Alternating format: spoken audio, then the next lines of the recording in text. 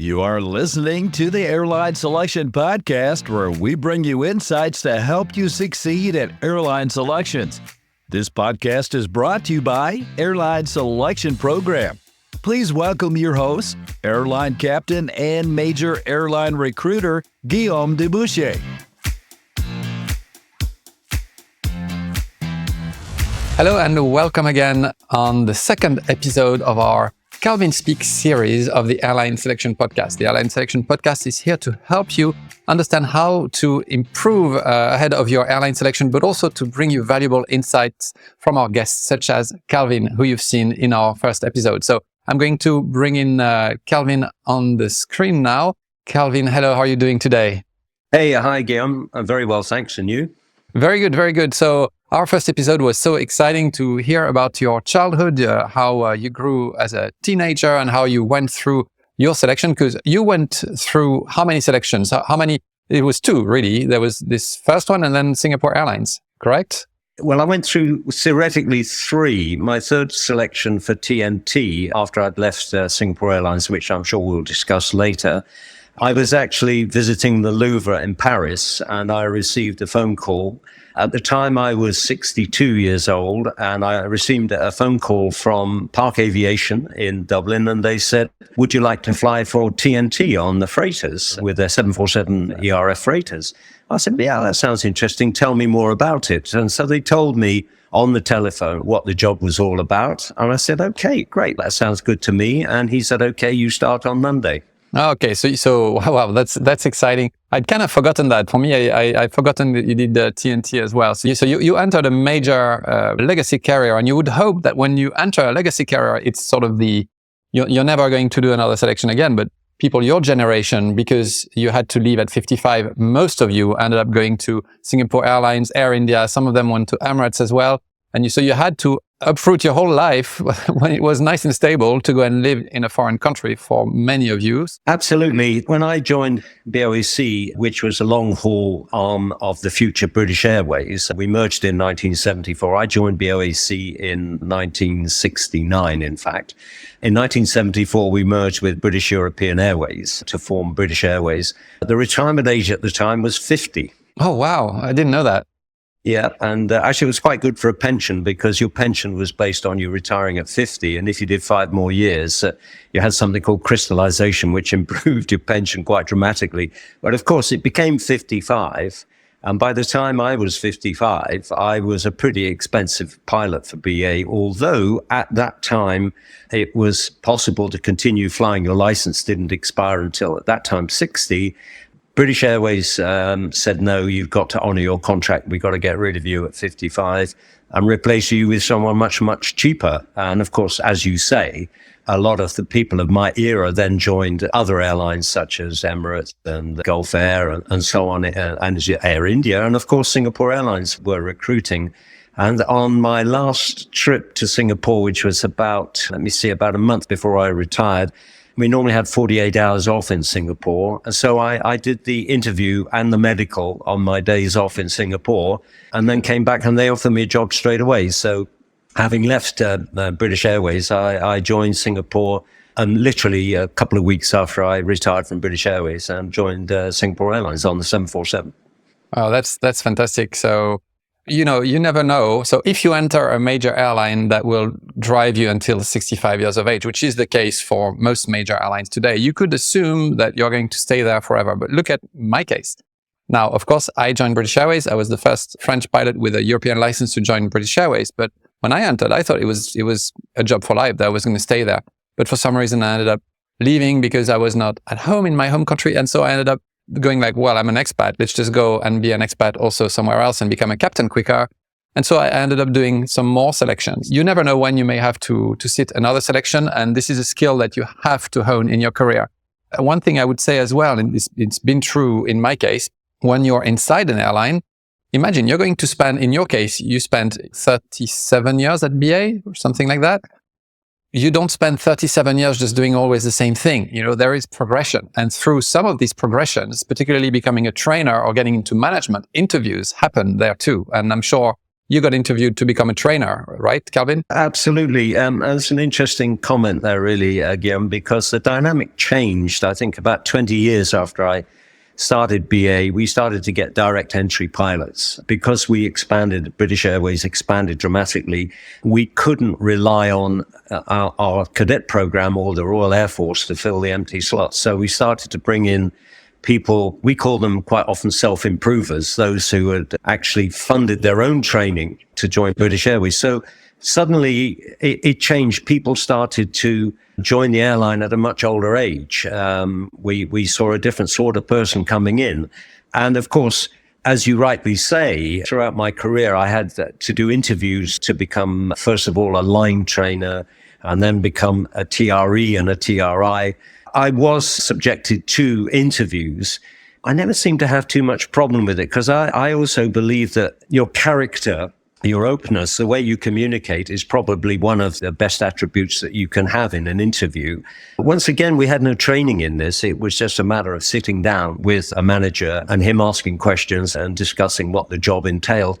And as ever with any interview, so long as you are well prepared, and this, of course, is what ASP does, it actually gives you the tools to be able to prepare for an interview. And I quite seriously wish I'd had something like that at the time. Particularly when I joined Hamble many years ago, I was completely in the dark. And now what is different is that we have the opportunities, such as ASP, to prepare ourselves for these interviews and therefore make your life a lot easier. And the other side effect of it is that if you are well prepared, you're going to be more confident when you go into the interview. You're going to be more confident. And that's what I think most managers and interviewers are looking for, is a certain amount of confidence, not overconfidence, of course, but people who come in there who are not confident do not give the right impression. So, yeah, I've had experience, maybe not in the number of airlines. Effectively, mine was only 3. However, I was also, as I said in the last interview, that I was a part of the selection process of Singapore Airlines. And so I was on the receiving end, if you like, or the controlling end of interviews. So I had a fair amount of experience with that. It's interesting because, in your days, there was just nothing to prepare at all. You didn't even know what it was entailing, because how could you collect feedback when there was no internet in order for you to network easily? It was just virtually impossible. And what is needed to prepare is what we do at ASP, which is gap training, so to say. The gap between being either a cadet with no hours or someone who just got out of flight school and the airline's expectation. It's this gap that's like a no man's land, so to say, a place where there is no structured training. The regulator does not demand any training in this area. And so there is no such training. And therefore, people approach their selection hoping, guessing, and some people who were perfectly suited for the job end up not making it. You made it. You're one of those who have these natural interview instincts and you do it well. You may have had some colleagues who were perfectly fit for the job, who didn't have what you had, and with a bit of push would have made it. And conversely, some people who maybe were less potentially good as pilots made it because they just knew how to portray themselves. So all in all, this gap training in my mind is very much required. And in my days, so that was quite a few years later, the internet was in its infancy, but it was there and we could network. We knew what to expect. We're still doing the tests on paper in those days, but there was no structured training for gap training. And so it got a lot of people still to struggle to understand the exercise. And so today, what we hope to bring here is something structured that anybody at any level can really get benefit from. So the idea was not to talk to you about ASP. No, but you actually hit the nail on the head there very much, because in my day, without the internet, there were no forums. There was nobody I could contact. I didn't know anybody who had been through the process. I didn't know what to expect. But of course, we're now so connected that we can find this information. And particularly something like ASP collates all of this information in one spot. You only need to go to one place to find all that you need. We just didn't have that in my day. Okay, so let's get into what we had planned initially for this episode, which was to talk about your flight training. So in the first episode, we talked about how you went through selection, through your first selection, not doing the last 5 days. Somehow they just accepted you without this requirement. And now you got into Hamble. So you moved to Hamble's close to Southampton there. And, after being in the dog food factory and becoming a waiter and losing that job because of the dog food smell and all of that, And now finally you make it into Humble. So what we're going to try and discuss in this episode is how was it to be at an ATO then compared to what it is now? So I'll just leave the screen to you and you can tell us more about that. Okay. Yeah, it's quite fascinating when I look back at that time in 1968, comparing it with the ATO that I work for now. The differences are really, in many ways, very small and in other ways very large. We can run through Hamble, as I've already mentioned, was an RAF station which was used in the war, which was converted into a training school for British Airways, or BOAC and BEA as it was at the time. It wasn't a modular course, it was residential. So we could only do the whole course there. You couldn't dip in and dip out as you can today. It was run on very military lines, as I've mentioned. In fact, there were some camouflaged buildings still on the perimeter. We had a guard room with security guards. We had a security fence all the way around the airfield, and we were not allowed out the airfield, particularly after midnight, I seem to remember. And certainly we weren't allowed to have any guests in the school at all. However, it was very much more run on like a school or like an RAF station, because as I mentioned before, we had teams, we had rugby teams, we had football teams, we had a swimming team in the summer, we had squash courts. It engendered team spirit, which I think is actually terribly important. If you're operating a multi-crew aircraft, you need to be good at team skills. So in that respect, it was very good because there was some, and it was open to everybody, by the way. It wasn't open just to people from public boarding schools. So we had an amazing mix of people. There were bricklayers, there were people who were plumbers, there were people who were secretaries, there were people who were doctors who decided to change their career, and a big range of ages. I was the youngest on my course at 18, and I think the oldest was 25 or 26 years old. At that age, of course, the age difference made a really big difference in your maturity. So I was pretty immature when I arrived, and yet I was rubbing shoulders with people who were that much older than me. So that in itself was interesting because I was used to a particular sort of companions at school. My schoolmates were all very similar to me in many ways. And I suddenly was thrust in this world of a very different mix of people and attitudes and social attitudes, at the same time political attitudes. However, the actual school itself, we had, as I've mentioned, we had a mess, an old RAF mess, which is like for those who are not sure what a mess is, it's like a recreational room, a really big recreational building, actually. And we had a canteen in there, we had billiard tables, and we had a bar, which was also, for me, very new because I wasn't allowed to drink at school. So comfort point of view, it was two extremes. It was absolutely amazing from facilities point of view, but it was very restricted because it was run on military lines. Then as far as ground school was concerned, in those days, would you believe the subjects are almost exactly the same as they are now. The TKI, the theoretical knowledge that you had to have. I think there were 12 subjects or something like that at the time. But of course, we didn't have any electronic tools. We didn't have a question database to look at. We didn't have the internet to be able to research. So everything was done on paper. There was no multi-choice. We used graphs. We used slide rules. But the one thing that occurred to me recently, because at the moment I do teach human performance, and in my view, that is possibly the most important subject in the whole curriculum today. We didn't do that at Hamble. We did not cover the human performance side of the knowledge. When you said there were 12, I thought out of the two that were missing was probably human factors was one, and yeah, God knows what the other one is. But yeah, so there was no human factors at all. It was probably computer science or something. There were no computers, of course, in those days. However, just to finish this little segment off, the attitude was very, very, very military. And the airlines, I think we was like 1 in 1,000 got into Hamble, 1 in 1,000 applicants. Once you were there, that wasn't it. You then actually had to reach a very high standard, but that standard varied depending on supply and demand of the airlines. So if the airlines suddenly thought, we don't need quite so many, then they failed. You could fail, basically. So you got into this selection, and some guys even did this 5 days of training on the Chipmunk, and they got through, and then they've engaged there and not taken other studies, and now they could fail and get kicked out. Correct. And this actually led to a huge black cloud hanging over most people. Now, for some reason, for me, they had something called the grey list, which meant that if you were marginal, you were always being looked at, both in theory and in your flying as well. And so you were always looking over your shoulder, and it was very stressful. Out of how many were you in your class, and how many got through? We were 16, 48. Yeah, I think we were 18 in our class, 40% failed.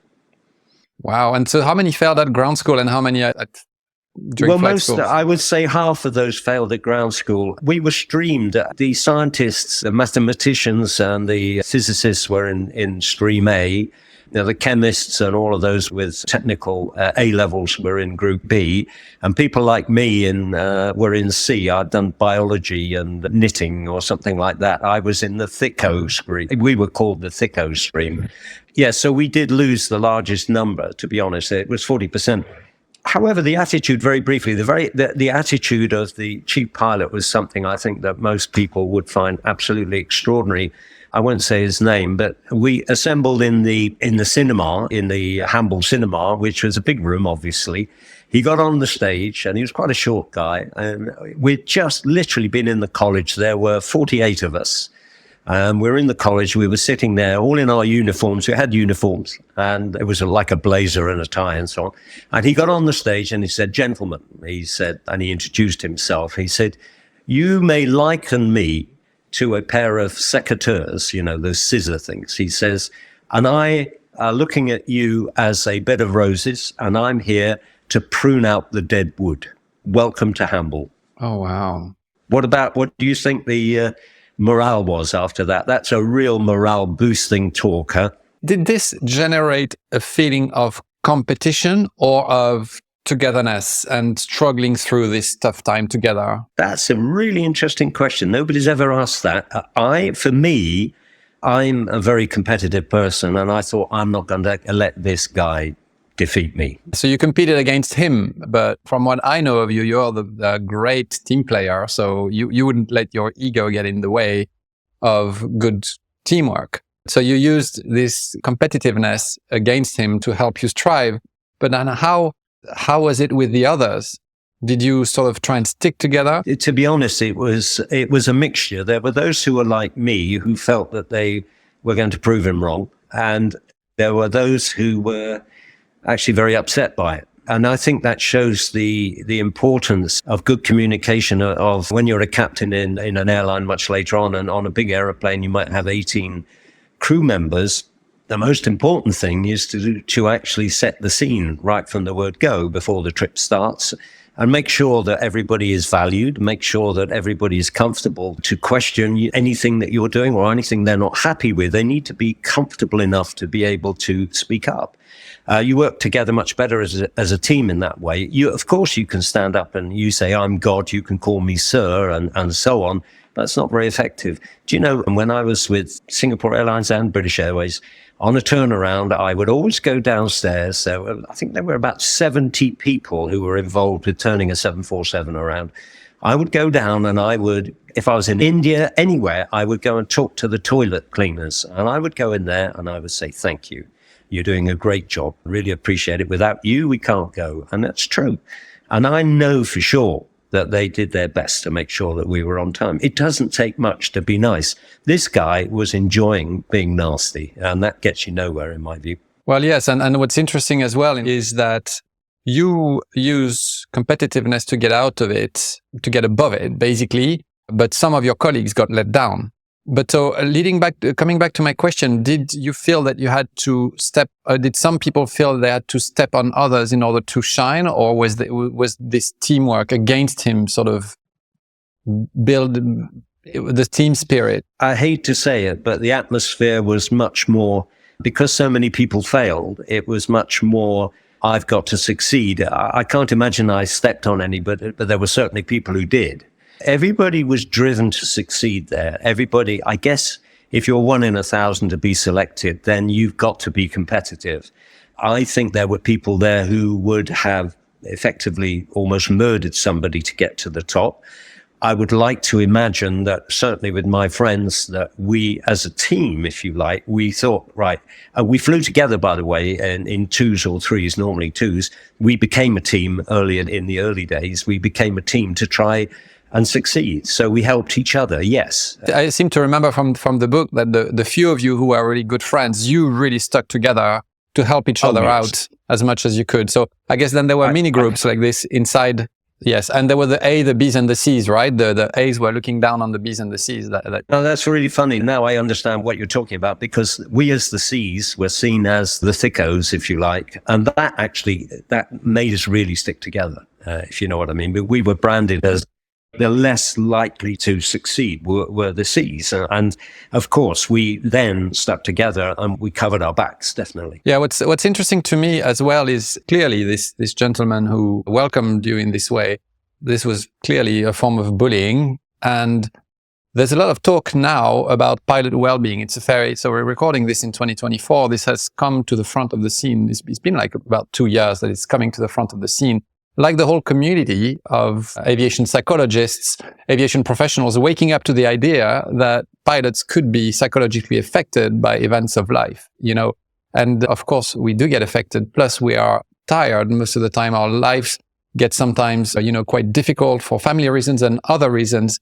It is a tough job that involves us staying on top of lots of procedures that come in all the time and complex aircraft and live environments. So the fact that you could get psychologically affected is finally coming to the surface. But imagine how, when you start your career like you did, the first experience you get after passing your selection is that of being bullied, and the effect that this has on young pilots. And to me, this pilot well-being is a chain that should never be broken. Unfortunately, it's often broken at the early stage during education by maybe some instructing that doesn't go too well, people who themselves are, don't have CRM training, maybe at some level at flight training.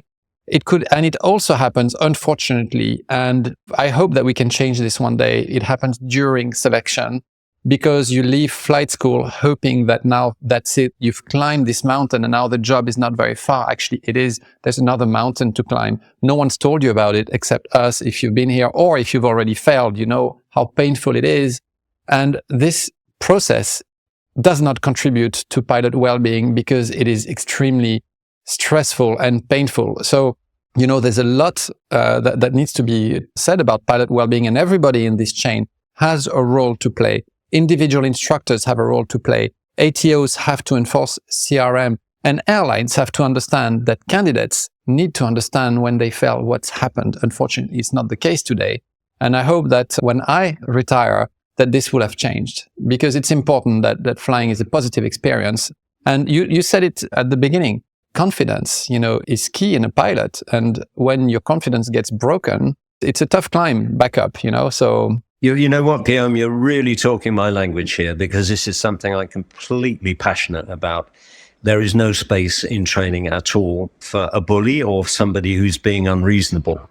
You learn from your mistakes in training. And I think if you actually make a mistake, your instructor allows you to make a mistake, you will own that mistake and you will never forget it. But if an instructor says to you, you're going to make that mistake, and he stops you doing it, you will forget it.